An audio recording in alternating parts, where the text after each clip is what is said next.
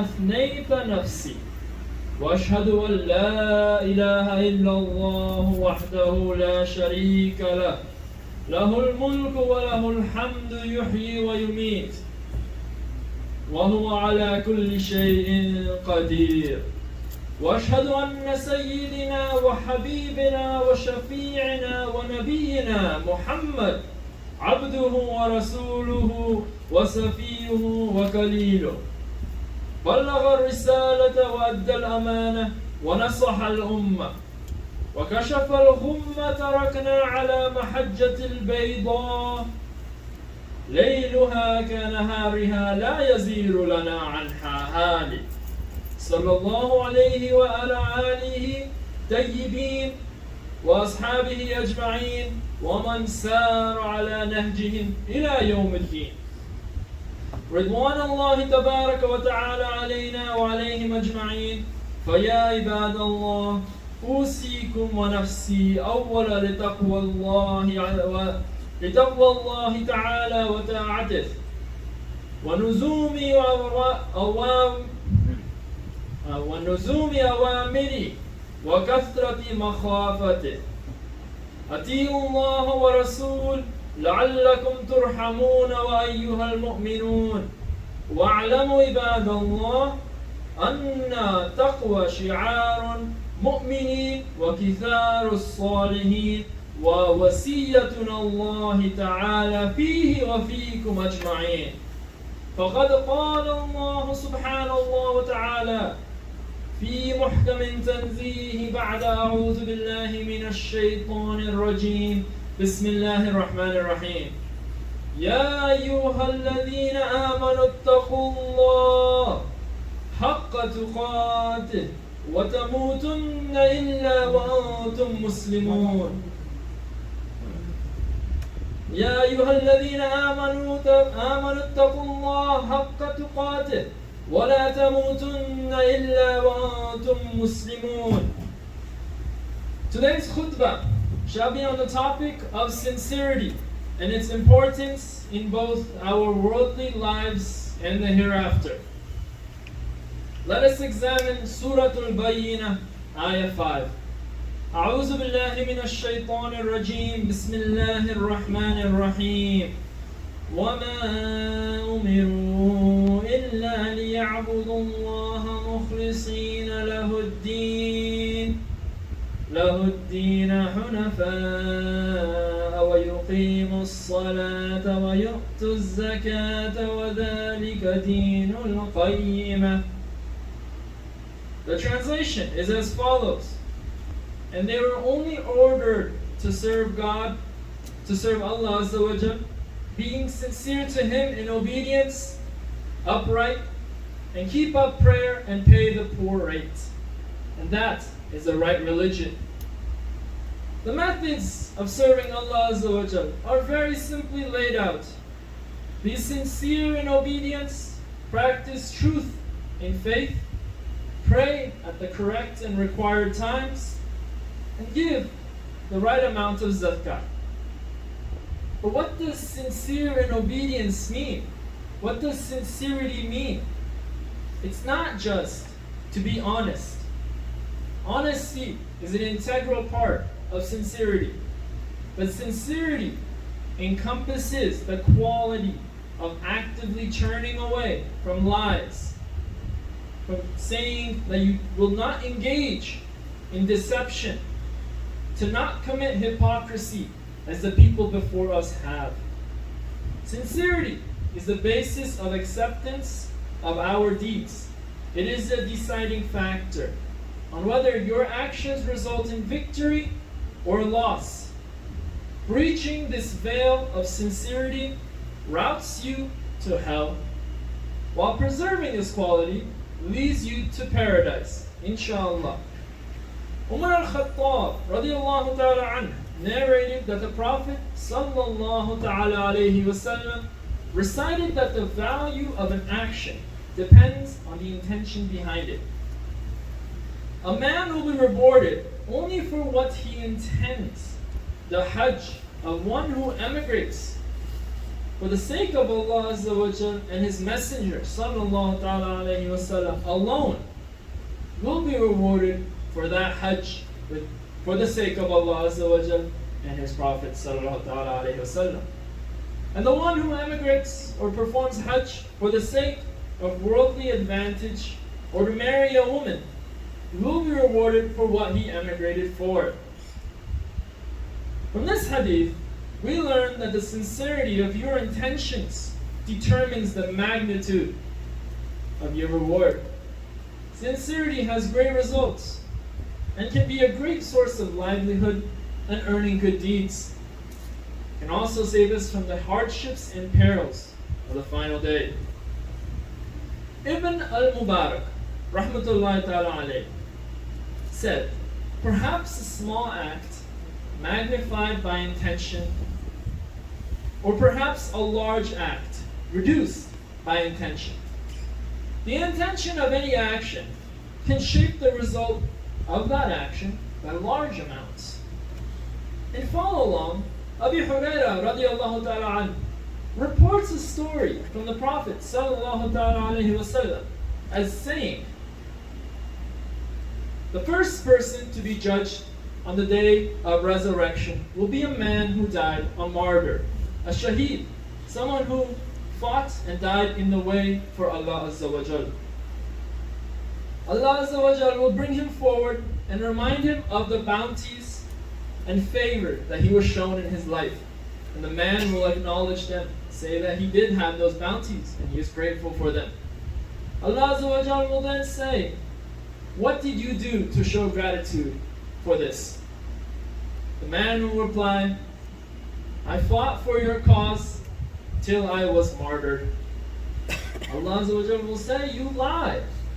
You fought so that people will call you courageous, and they have done so. Command will then be issued, and he will be dragged on his face and thrown into hell. Next, a man who has acquired and taught the Quran and the knowledge will be brought forward. Allah Azza wa Jal will then ask him, what have you done to show gratitude for the favors that I have blessed you with? The man will reply, I acquired and taught the knowledge of the Quran for your sake. Allah Azza wa Jal will reply, you lie. You acquired knowledge so that people will call you learned. You read the Quran so that people will call you a reader. And they have done so. Command will then be issued, and he will be dragged on his face and thrown into hell. Next, a man whom Allah Azza wa Jal has made affluent, wealthy, and rich, and give him all kinds of property will be brought forward. After Allah Azza wa Jal has reminded him of the favor that he was shown, and the man acknowledges it, Allah Azza wa Jal will then again ask the same question. What have you done to show gratitude for it? The man will reply, I have not neglected to give liberally for your sake to all the causes that you support. Allah Azza wa Jal will say, you lied. You did it so that people may call you generous, and they have done so. Command will then be issued, and he will be dragged on his face and thrown into hell. This hadith is from Imam Muslim. Sacrificing your life in Allah Azza wa Jal's path, sacrificing your life to study His message, and sacrificing the bounties that Allah Azza wa Jal has bestowed upon you are no doubt very magnificent deeds. But from this hadith, and as Imam Ibn al-Mubarak reasoned, even large, grand deeds such as these can be lessened by your intention. If your intention is impure, the action's reward and benefit to you becomes less to almost meaningless. In fact, from this hadith, we learn that it is even possible for these good deeds to become inverted and be the reason one enters hellfire. We seek Allah Azza wa Jall's protection to grant us sincerity in our words and deeds, and make them pure to you. The second part, there is a message from Imam Wathiq to us as the community members, and I will read it from his perspective. I have received a large number of letters and calls expressing how much the community loves me in Tucson, and I love you for God's sake. I apologize to you for every failure, mistake, ignorance, or forgetfulness, and please forgive me and pray for me in the back of the unseen. I pray to God to protect you and to take care of you, and to make me and you on the pulpits of the light of the day of resurrection. On the day the caller will call, where are the friends in my majesty? Today I shade them in my shadow, a day there is no shadow but mine. The Messenger sallallahu ta'ala alayhi wa sallam said, Allah Azza wa Jal said, those who love each other for the sake of my majesty shall be upon podiums of light, and they will be admired by the prophets and the martyrs, the shuhada. أقول قولي هذا وأستغفر الله العظيم لي ولكم ولوالدي ولسائر المسلمين ويا فوزنا المستغفرين أستغفر الله.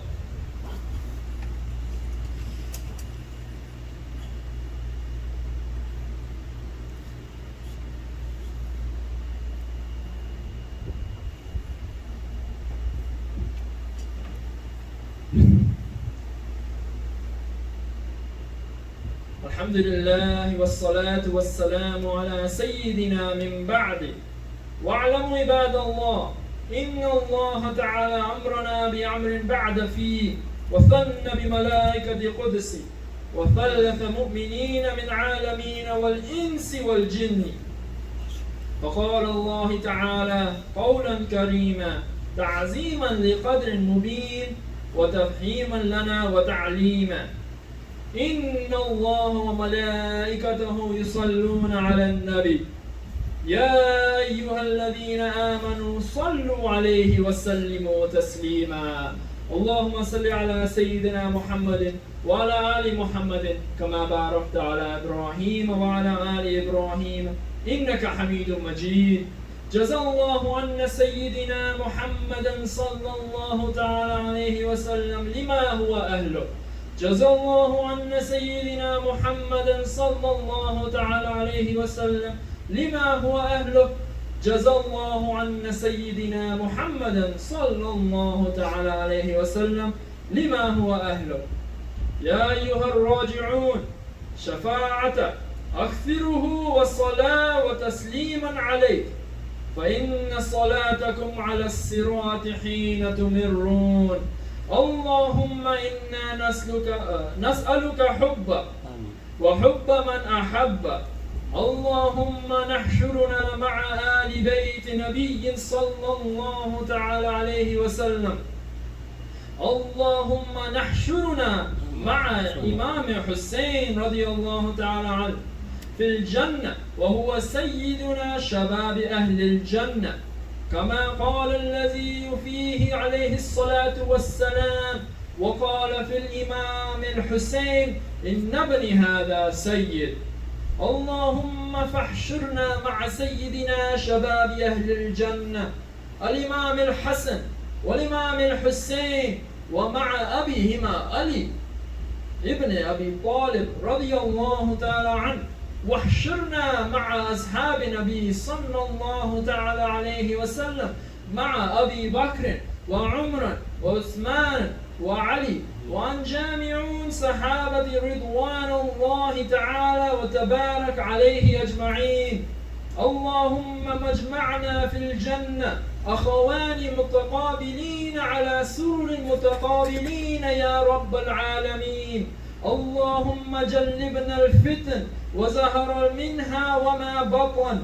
اللهم ارحمنا فإنك ربنا رحيم، ولا تعذبنا فأنت علينا قادر، واكتب لنا فيما جرت فيه مقادير يا رب العالمين. إن الله يأمر بالعدل والإحسان وإيتاء ذي القربى وينهى عن الفحشاء والمنكر والبغي يعظ الله لعلكم تذكرون وأقيموا الصلاة يرحمك الله